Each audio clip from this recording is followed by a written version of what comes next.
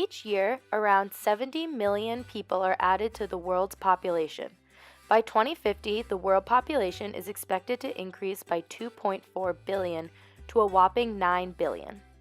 In order to sustain our growing population, we need to produce almost twice as much food as we currently do. Yet we already use 70% of agricultural land to raise livestock, oceans are being overfished, and the environment is being depleted and polluted. The global livestock industry production requires an immense amount of water and land, taking a toll on our environment. With an extremely fast-growing global population, there will be a decrease in limited resources such as water, land, and fossil fuels. A possible solution? Insects. Entomophagy is known as the practice of eating insects. A report released by the UN Food and Agricultural Organization explained that there are more than 1,900 edible insect species on Earth, many which are already a part of the human's diet in many countries. People throughout the world, about 2 billion in fact, have been known to eat a wide variety of insects regularly. But why are insects so good? Their cultivation is environmentally friendlier when compared to other animal protein sources. They are high in nutritional value, and they come with great socioeconomic benefits for many people in the poorer regions of the planet. So why is entomophagy good for the environment? Insects emit far fewer greenhouse gases and consume much less water than livestock. Therefore, they have a comparatively smaller ecological footprint. Global average temperature is increasing by 1.4 degrees Celsius over the last century, and it is predicted to continue rising, a trend that is expected to lead to significant negative consequences.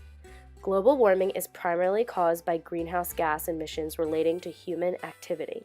The livestock sector contributes to about 8.2% of anthropogenic greenhouse gas emissions. Yet, insects produce much less ammonia than livestock, that can lead to soil nitrification and acidification. Insects can also be raised on refuse, such as food scraps and animal manure, therefore reducing and recycling waste. For example, crickets require 8 kilograms of feed to produce 1 kilogram of meat, and around 80% of the cricket is edible. Cattle, on the other hand, require 8 kilograms to produce the same amount of meat, but only 40% of the cow can be consumed. Insects can also reproduce much more quickly.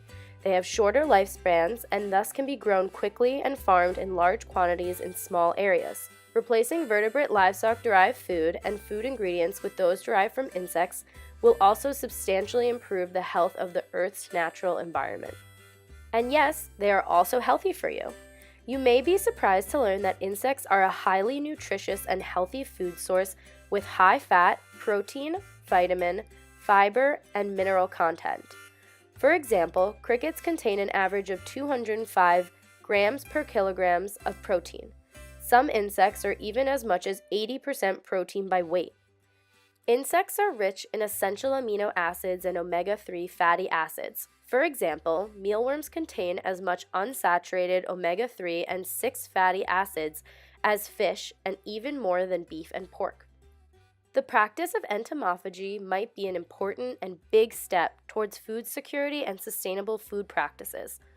Although this practice is considered to be taboo in many westernized societies, persuading consumers to overcome the yuck factor will be the key issue.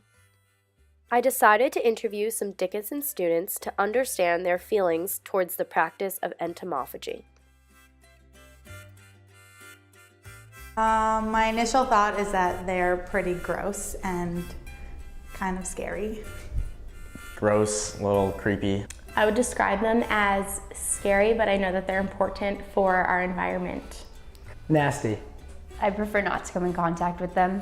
Depends on the insect. Some of them are okay. Yucky and gross and dirty. I would describe them as cool. I used to have a bug collection when I was younger. I like butterflies and bumblebees, but besides that, no. They're pretty freaky. Like, cool, but I don't want them to touch me. Insects, I don't think they're the grossest thing, but Just something I try to avoid. Creepy when they're in my house. Arthropod pests. No. I would, yes. I don't know that I would, but I'm sure they may be good for you. Most likely not, unless I was pretty desperate. Probably not. I guess if it's seasoned well enough. I think I have in 5th grade. I'm not exactly sure. I think I would. Of all the things, it's like insects and mushrooms, I would say, are like the things I don't eat at all. Maybe for money, but otherwise probably not.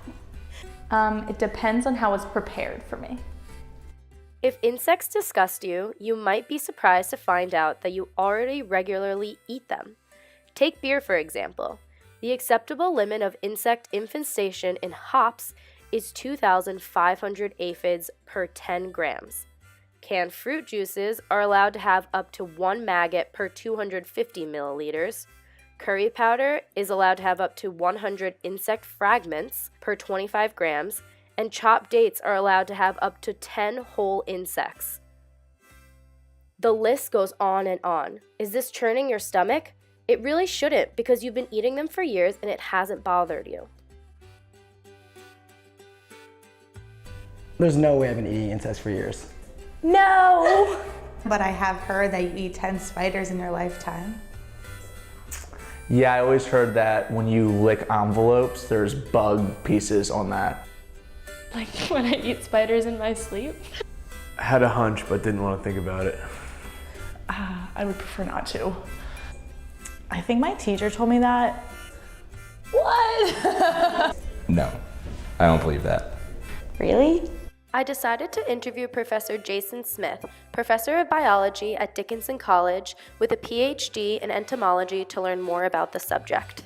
I remember one of the first bugs I ever caught. It was a Colorado potato beetle. I didn't know that at the time, and so it lived in my peanut butter jar for quite a while. A few more years until I took a steeper interest in the food system and how we produce it and the sustainability of our current practices. And that's when I really, entomophagy caught my attention, because it was clear at that point that this kind of meat, insect meat, is far more sustainable and has much smaller environmental impact than traditional livestock like beef and pork.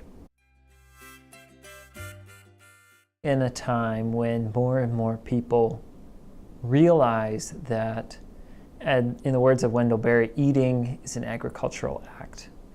And the decisions we make about what we buy actually are also decisions about how humans treat the earth. And I've yet to see a bargain on cricket legs or cricket flour. And so the economic burden is a big one. So the technologies associated with producing beef and pork are literally thousands of years ahead of the technologies associated with producing large amounts of insect meat.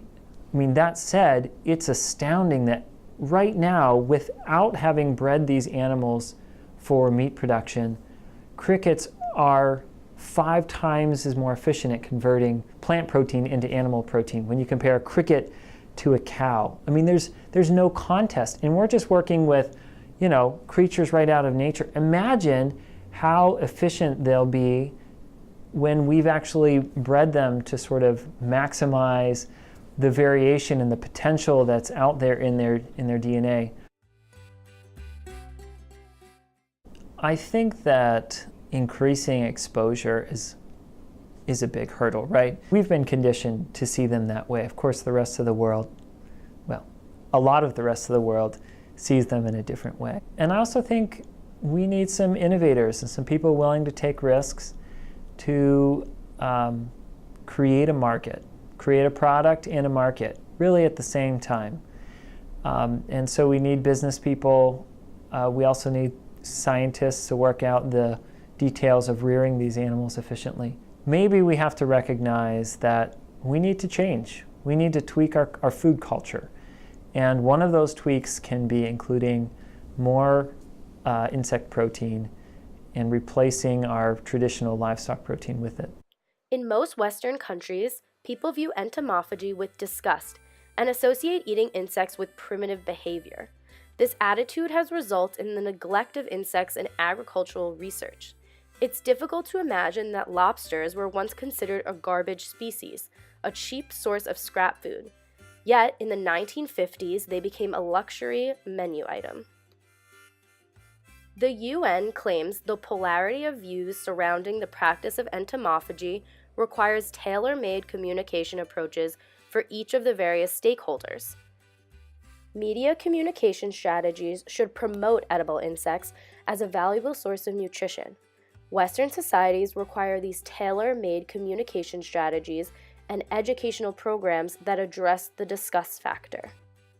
Influencing the public at large as well as policymakers and investors in the food and feed sector by providing validated information on the potential of insects as food and feed source can help to push insects higher on political, investment, and research agendas worldwide. The challenge is to persuade an insect phobia culture to recognize these creatures as a legitimate food source. This is not because insect phobia Westerners are themselves in need of more food, but rather the ignorance of the values of insects in sustainable ecosystems and for the food supply means that implementation of Western-based intensive agricultural practices globally can result in loss of wild foods such as insects. Failure to embrace entomophagy prevents us from seeing the full humanity of those of other classes, races, and cultures, and leads to agricultural food policy decisions that fail in their objectives to improve nourishment of all people. So my suggestion in face of our growing population and depleted environment is to normalize entomophagy, so that the answer to the question, what's for dinner, might also not only include chicken, beef, pork, or vegetables, but also crickets, mealworms, and locusts.